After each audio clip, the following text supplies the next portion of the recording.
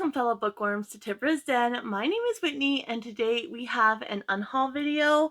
So I've been basically doing one unhaul a year and throughout the year I just books that I read or DNF, I just put them off to the side.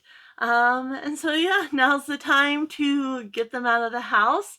So I have a stack. I have 3 different stacks going. One's going to my little used bookstore where I get a credit for the books that I turn in, and that gives me 50% off used books and 10% off new books, and then that money from the credit, gets used that way. I have a stack that's going to little free libraries. These books, they're in okay shape, good enough that people can read them, but not the best shape. And I think it's just 2 authors. And so we're going to do that. And then I have a stack that's going to go to the thrift store. Again, better shape than the ones I'm sending to the little free library, but not the greatest shape that I can send to the used bookstore. So we're going to start with the used the used bookstore because that's the majority of the books. And so yeah, let's go ahead and get right into it. So the first one that I am unhauling is Lapvona by Ottessa Moshfegh. I actually found this at a thrift store. It's in really good shape. I tried to read this, I started it, and it just wasn't for me. Just kind of disgusting sexual things, which I don't mind darker themes if they make sense, but this just seemed like disgusting for the sake of being disgusting. So I'm going to be unhauling that for sure. So there's the first one. Then this book I did read, and that's The Inheritance Games by Jennifer Lynne Barnes. I know a lot of people really love this series, but I didn't not like it, but I didn't love it. I have no interest in continuing the series. I don't foresee myself ever reading this again. So I thought, you know what, I'm going to unhaul it and get a little bit of credit for this, and I'm sure somebody will definitely snag that.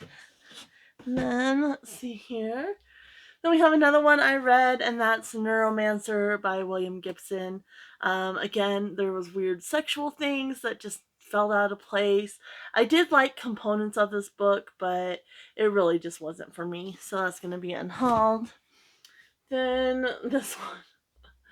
We have the Mars trilogy, so Princess of Mars, the Gods of Mars, and the Warlord of Mars. I read a Princess of Mars and just didn't like it. Was very much written by a man, and the way the princess, like, she had no depth to her, and he's just like, I gotta save the princess and make her mine, and I did not like it. So that's gonna be unhauled as well. Then we have one of my Christmas books, and this is Silver Bells by Luanne Rice. I had picked this up back, I think I was a teenager when I picked it up, like late teens, and didn't really remember reading it back then. I read it this past Christmas, and it was okay. I, again, didn't hate it, but I'm never going to reread it again. I don't need to keep it on my shelf, so it's going to be unhauled. Then we have another Christmas book. This one I actually picked up for this past Christmas. We'll Always Have Christmas by Jenny Hale. I love the premise of this one. You have this woman and she's coming back to her town. She wants to run the family bakery, but it's about to be shut down, and so she's trying to save it. And then she starts working as a caretaker for this wealthy old man and starts falling in love with his grandson. And the old man, the grandfather, has kind of a secret love from his past. So it was not well executed. Love the premise, just not the writing. Then this one is just a duplicate copy, and that's The Wishing Spell by Chris Colfer, the first book in the Land of Stories, I believe. And this one, I had ordered books from the later part of the series, and the seller, I got this from Pango, accidentally sent me the first one. I'm like, I already have that one. I ordered this book. And so she's like, just keep it. And so I don't need 2 copies, so I'm going to send it to the used bookstore. Then this one my grandmother had given me, Tell Me the Truth by Kirsten Modulin. I did read it. It was okay. It's about this woman. She finds photos of another woman on her husband's phone. And so, yeah, it was just okay. I read it. I'm going to moving along. This one I got after my autism diagnosis, Divergent Mind, Thriving in a World That Wasn't Designed for You by Janera Narenberg. And it just, not what I expected. It's basically, if you have the privilege to do these things and establish, these things in your working space, it's not really for the everyday woman who's neurodivergent, which is a shame. So yeah, if you have the privilege, you can establish this in your working place and this in your working place. And it's like, not everybody has that privilege. And so I didn't really enjoy it. It's time for it to go. Then we have Cassidy by Lori Wick. This one was for my ABC title challenge, and it is a Christian historical, and the Christian element was very the thing I don't like when Christian authors do this, in which just find God and everything will be okay. And she had a history with her past. She's a seamstress in this small town, but she's not from that town, and there's past history that the town doesn't know about. And just a little bit over dramatic, and I didn't really get a lot of depth from the characters. And then that whole just find God and everything will be magically okay, which is not how real life works. So that's going to be unhauled. Then we have another Christmas book that I picked up for this past Christmas, and that's All I Want for Christmas by Maggie Knox. The writing was very flat. The characters didn't have depth. The plot points didn't have depth. You couldn't get behind these guys as a couple. Every interaction ended in them bickering, extremely toxic. She doesn't communicate. He runs away every time there's trouble. So you have these horrible characters. The writing is really flat.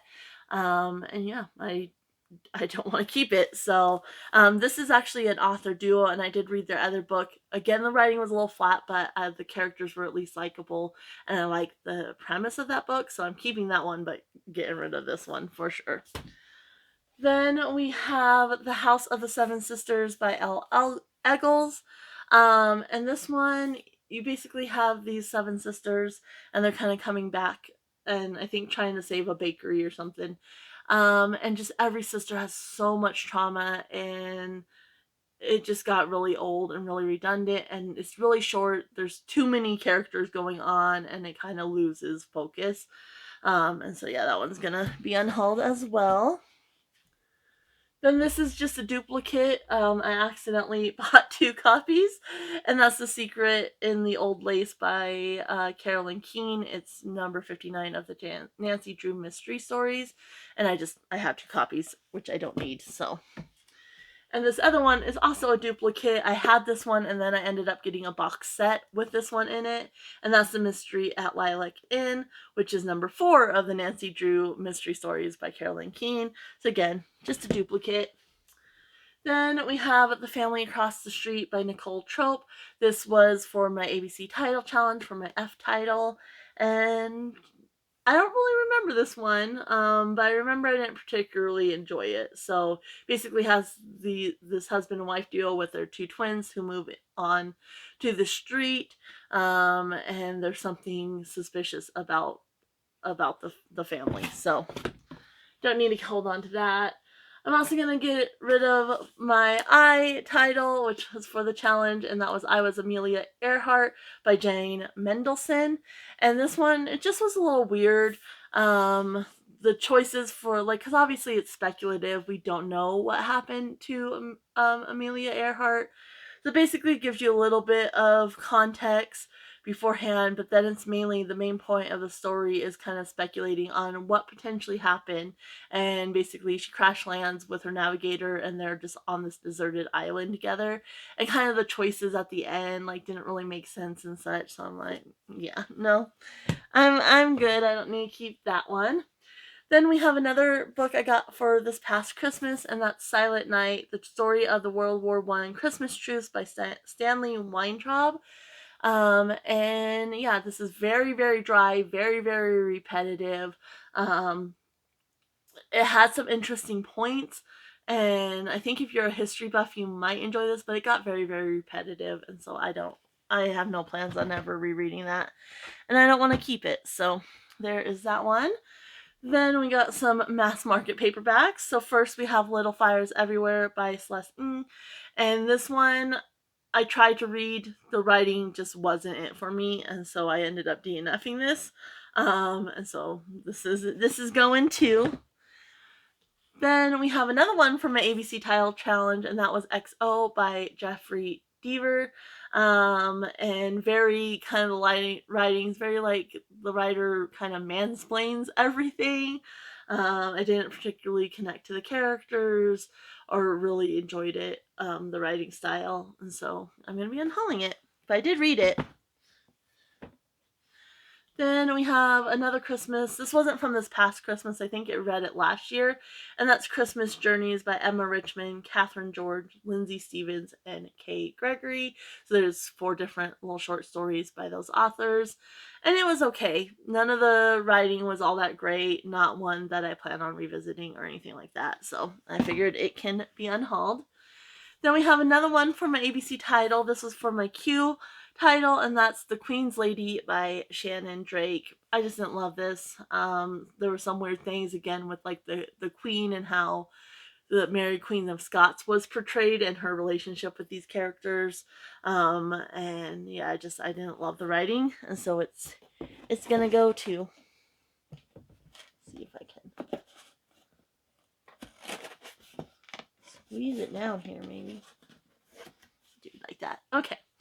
Then we have another one for my ABC Title Challenge, and that was Unspoken by Lisa Jackson. This one, kind of romanticizing an inappropriate relationship.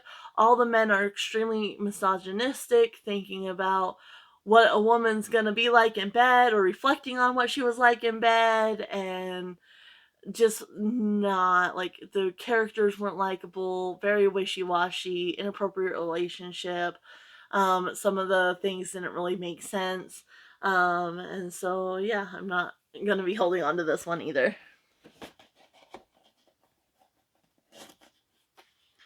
Then we have the last one from my ABC Title Challenge, Zach's Law by Kay Hooper.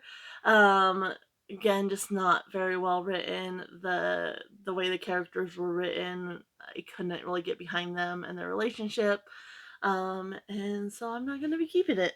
So I did actually overall, I did put up, I think it's up before this video, but I did do going over my ABC title books, and I'm actually keeping the majority of them. So even though there are quite a few going in here, I am actually keeping the majority of them. So then we have this book. I don't even know where I got this. I think somebody gave it to me, and that's Left Behind by Tim LaHaye and Jerry B. Jenkins. This has been on my shelf since I was a teenager. I'm never going to read it. I don't know why it's still on my shelf. So it's getting unhauled. Then we have 4 Dean Koontz books. So my sister, back when I was a teenager, she gave me all the Dean Koontz books. I think she got them from somebody, and she doesn't like him as an author, and she gave me all these books. They've just been sitting there, so I did go through them, and I kept a few that sounded interesting and I would like to read. The rest I'm unhauling, and so there's 4 here, and then the rest aren't in the greatest shape, so they're actually going to little free libraries. But the first one that's in good enough shape, I think they'll take it. Got a little hair there. Is Shadow Fires by Dean Koontz. Never read it. Not interested in reading it. So like I said, I don't know what these are about, but I did go through and kind of scan them before deciding to get rid of them, but I can't remember at this point. So the next one that's in good enough shape is Cold Fire, again by Dean Koontz. Then we have Hideaway by Dean Koontz. And lastly, we have Odd Thomas. I thought about keeping this one, but I don't think I'll ever read it, so I'm tired of it taking up space. Let me get it in here real quick. Taking up space on my shelf. So that is for the used bookstore, so I'll get some credit for those books, and which is always a positive, and then I can buy more books from there on a good discount. Next we'll go ahead and do the books. Excuse me, I have a dog here. The books for the thrift store. So, the first one I'm going to be sending is The Cat Who Came for Christmas by Cleveland Amory. I think it's in good enough shape to probably go to the used bookstore, but the dust jacket is a little bit torn and worn, so I decided I'd just go ahead and send it to the thrift store. Then we have, I did read that one for this past Christmas, and the humor just really isn't my style. I don't like how he humanized the cat. I don't mind that when it's in fiction books, but when it's in a nonfiction book, I really don't like it. And so I have no interest in keeping that or rereading it. And I had gotten this one, which is part of that same series, The Cat and the Curmudgeon, by Cleveland Amory. And since I didn't enjoy that one and it's more the writing, I know I'm not going to enjoy this one. So I'm going to go ahead and unhaul it as well. Then we have The White Bone by Barbara Gowdy. I did read this one. It was just so weird. It's about this elephant family. It's kind of a little bit magical realism, fantasy type book. And it's about this elephant family and they're trying to find this mythical white bone. But again, just weird sexual things and a lot of talk about, which I get elephants do this, but this is a story I don't want to read about it. You know, them with their weird urination habits and eating feces and such. Like, I don't, like, no. If it was a nonfiction book, fine. Like, I like learning new facts, but and the weird sexual things, like, just no. So that one's getting unhauled. Then we have The Berenstein Bear Scouts Save That Back Scratcher by Jan and Stan Berenstein. And yeah, this was cute, but not one I ever plan to read again. So I had fun with it. I never read The Bear Scouts, but I did read some of the Berenstein Bears growing up.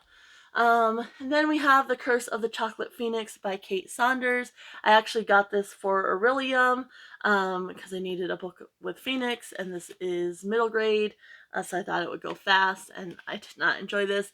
The humor I did not find funny. It was very, very, very over the top and did way too much, and so yeah, this one's gotta go. Maybe some kid will find it and enjoy it. Likewise, I have, can't really see the title on the spine. There we go. So, Haunted Castle and on Hallows Eve by Mary Pope Osborne. This is one of the Magic Treehouse books, and I did enjoy this one, but it was fun just kind of visiting it. I don't see myself rereading it though or anything, so I figured I'd pass it on for a child to pick up. Then we have another Christmas book, and it just has like a makeup stain or something down there, which it's had since I picked it up from a thrift store. And it's a 4-in-1, but they're kind of interconnected. So each author is writing about a different sister, which are 4 identical quadruplets, and they get summoned back to this house. And it was just kind of very disconnected. Then it wasn't very enjoyable, so I'm going to pass it on. And then lastly, this one I'm tempted to just throw in the trash, honestly. And that's Forrest Gump by not by Tom Hanks. I did that last time too, by Winston Groom. It's because Tom Hanks is so big right there. And this one, like, I only read like 5 pages and DNF'd it, and it was just so derogatory and so problematic. I'm like, no. And so yeah, that one's got to go. I'm definitely not keeping it. So then we have the books that are going to be going into a little free library. The majority of these are Dean Koontz, and then I have 2 Stephen King. And again, these are just not in the best of shape. Good enough shape, I don't mind putting them in a free library for somebody else to enjoy, but not good enough that I think people should spend money on them. Hence the little free library. So first up, we have, I'm gonna get my bag ready actually so I can just put them straight in.